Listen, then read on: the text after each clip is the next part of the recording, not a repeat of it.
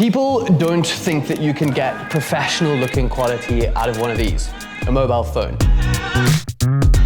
And the unfortunate thing is when most people try and you watch that footage, it looks cheap and it's a dead giveaway that it was filmed on a mobile device instead of a big professional camera. Now, unfortunately, that isn't because of the phone. It's actually because the creators are just missing a few simple steps or different little tricks that you need to be using with your phone to make it look kind of indistinguishable from filming on something like this versus something like this. And if you don't believe me, take a look at these two shots and see if you can figure out which one was filmed on this and which one was filmed on this.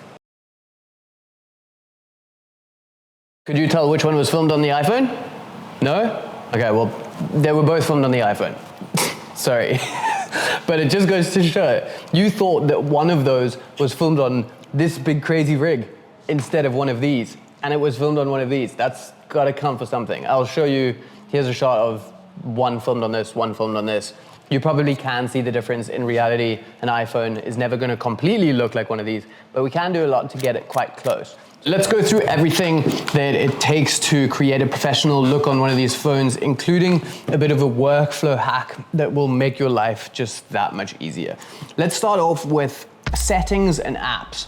So immediately off the bat, what we want to do is make sure that we're shooting in the right settings. If we go to our settings and we scroll all the way down to camera and we make sure that we are shooting in the correct resolution and frames per second. I'm gonna do 4K at 24 frames per second. Now, it's really important that you turn HDR video off. That ruins your videos. Really, really important. Slow-mo recording, you can do 1080 at 240 or 120. Keep in mind that 240 is gonna be pretty low quality, so I would recommend keeping it at 120 frames per second. The next thing is that we want to make sure our formats are put to most compatible instead of high efficiency. It's gonna be slightly larger files, but the high efficiency can lead you to run into some errors when you're editing in your Premiere or something like that. Now, if your phone allows and you have one of the newer iPhones, you can choose to shoot in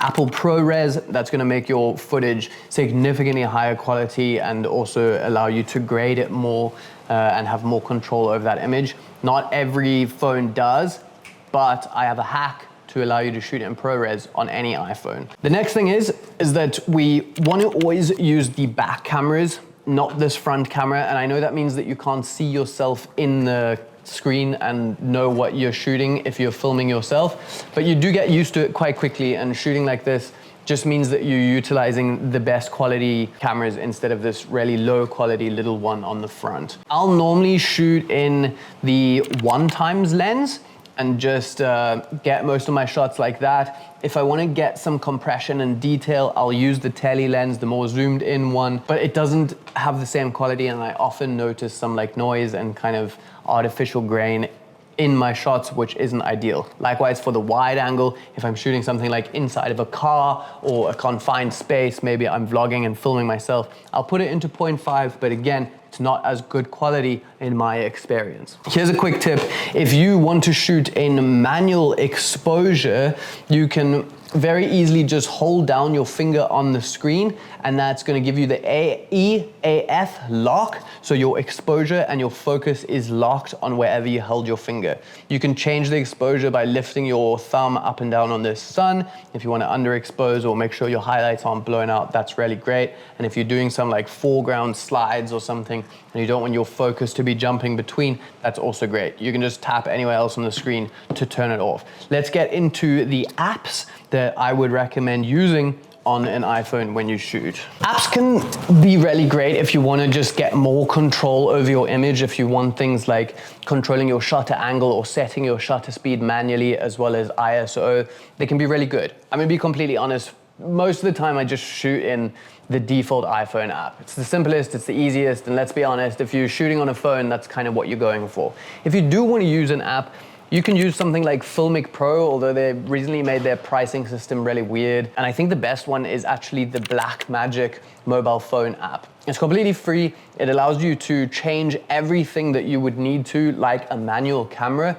And it also allows you to unlock being able to shoot ProRes on any iPhone, even if it's one of the older ones that don't actually allow you to do it. So super cool. If you do want to check out Blackmagic mobile app, go and check it out. No affiliation, but that's a good one and the one I would kind of recommend using. Okay, let's talk gear. If you're shooting on a phone, the ease and convenience is a huge plus, of course. That's why a lot of people would shoot on their phone if they did have something like a mirrorless camera. But with that comes massive limitations. The same way that if I was shooting on a mirrorless camera, I would most likely rig it out to give myself all those extra features and abilities when I'm filming. It's the exact same thing with a phone. So what are the best accessories to rig out your phone and make it film as much like a professional camera as you possibly can? This is the best solution that I've found. It's from Small Rig and it's a collab product with Brandon Lee. This is hands down the coolest little iPhone mobile phone rig that I've ever come across. The great thing about this one is that it works on any iPhone model because you can just set this little size thing to fit where you want to be, lock it down. This little lens port moves to fit depending on which phone you want. So you can move this however you want, make sure that it fits your phone perfectly. So basically when we are building out some sort of rig, we want to kind of make our phones start acting like real cameras. And we can do that by, first of all, having a cage around it. So we can do things like add ND filters to it, because that is gonna allow us to use the correct shutter speed and control our exposure even more than we were able to before. This is really nice because it's just this little magnetic hook. It's that simple, and it's on. It's a variable ND with hard stops. Makes it super nice and easy.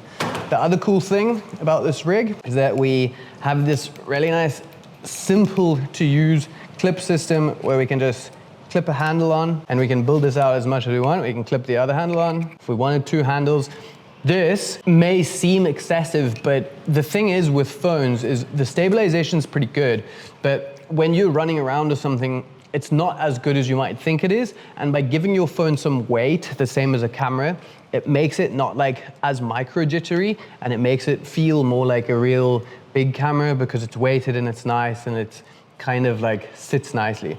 We can change our little like angle with these handles to however we want by just pushing these little buttons, which is super convenient. So we can get a nice comfy little position. Once we plug in these little pieces, we can actually use the controls on this handle, like this little zoom dolly rocker thing, the record button on top, and it makes it really easy and convenient. If you have ever tried to shoot in higher quality formats on your phone, maybe ProRes, you've probably realized very quickly that you get an extremely limited amount of space that you can actually utilize. So one of the best workarounds that I have seen for this is this really nice little mount comes included in this pack.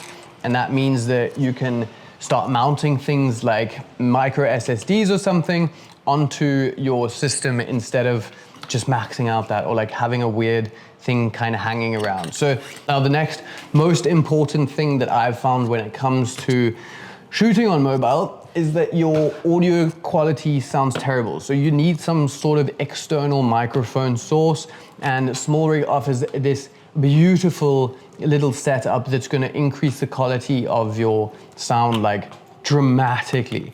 So you get these two little microphones and it comes with a bunch of nice little clips. It comes with a nice magnet, so you can just clip it onto yourself like this, wherever you want, and that's gonna give you like way better audio quality. Let's talk about workflow. We pretty much have two options, and I have a little hack for you here. If you shot internally on your phone, the best way I've found to do this instead of airdropping, because if you try to airdrop like large files after a big shoot, either it just doesn't send it at all, or you end up with like half the files and some are missing or don't work properly. I wanna be sure that I'm getting all of the footage that I've filmed. So jump onto your laptop, connect your phone with its normal cable, and then just search for image capture. And now you can drag around your footage as normal files and folders into like whatever folders you've kind of created on here. If you shot onto the SSD, which in my opinion is a better idea if you have a large film day, then you can just plug in your SSD like normal and you can get all the footage. Now, I do personally suggest editing your videos on a laptop, even if they are filmed on an iPhone.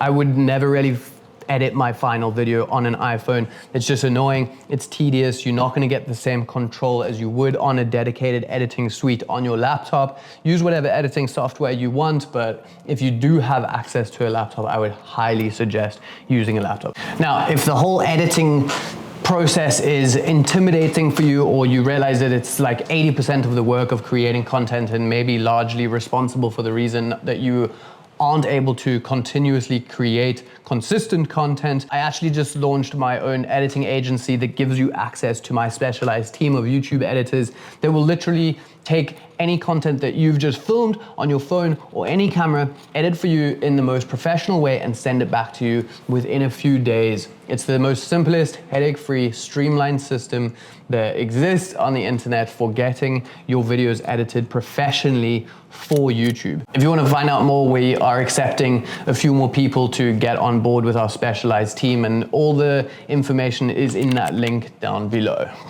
Now, when it comes to the aspect of how you actually want to capture your footage, nothing really changes from when you film it on a real camera. This whole rig and system allows you to do everything that you would normally. So make sure you stick to the things that you would when you're filming a normal scene, making all of your movements nice and smooth, broken up, making sure your direction of movement is nice, your framing and composition, make sure you're focusing on things like your foreground or leading lines or ways to make your shots interesting. One of the only things that you rarely might do slightly differently on a phone is be more aware of how much light you're letting into your sensor. This little sensor isn't as good in low light situations as a real camera is, so just keep that in mind when you are filming. But other than that, just shoot away like you would on a normal cinema rig or a normal camera that you might have. If you want to learn an in-depth way of how to shoot on mobile, I have a whole mobile filmmaking course that's on a massive discount right now. You can check it out. If I wanted to film professional content and have the easiest workflow, that's kind of what I would do.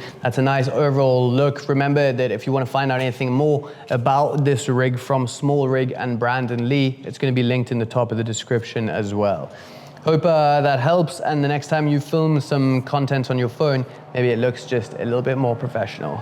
See you in the next one. Have fun. Bye.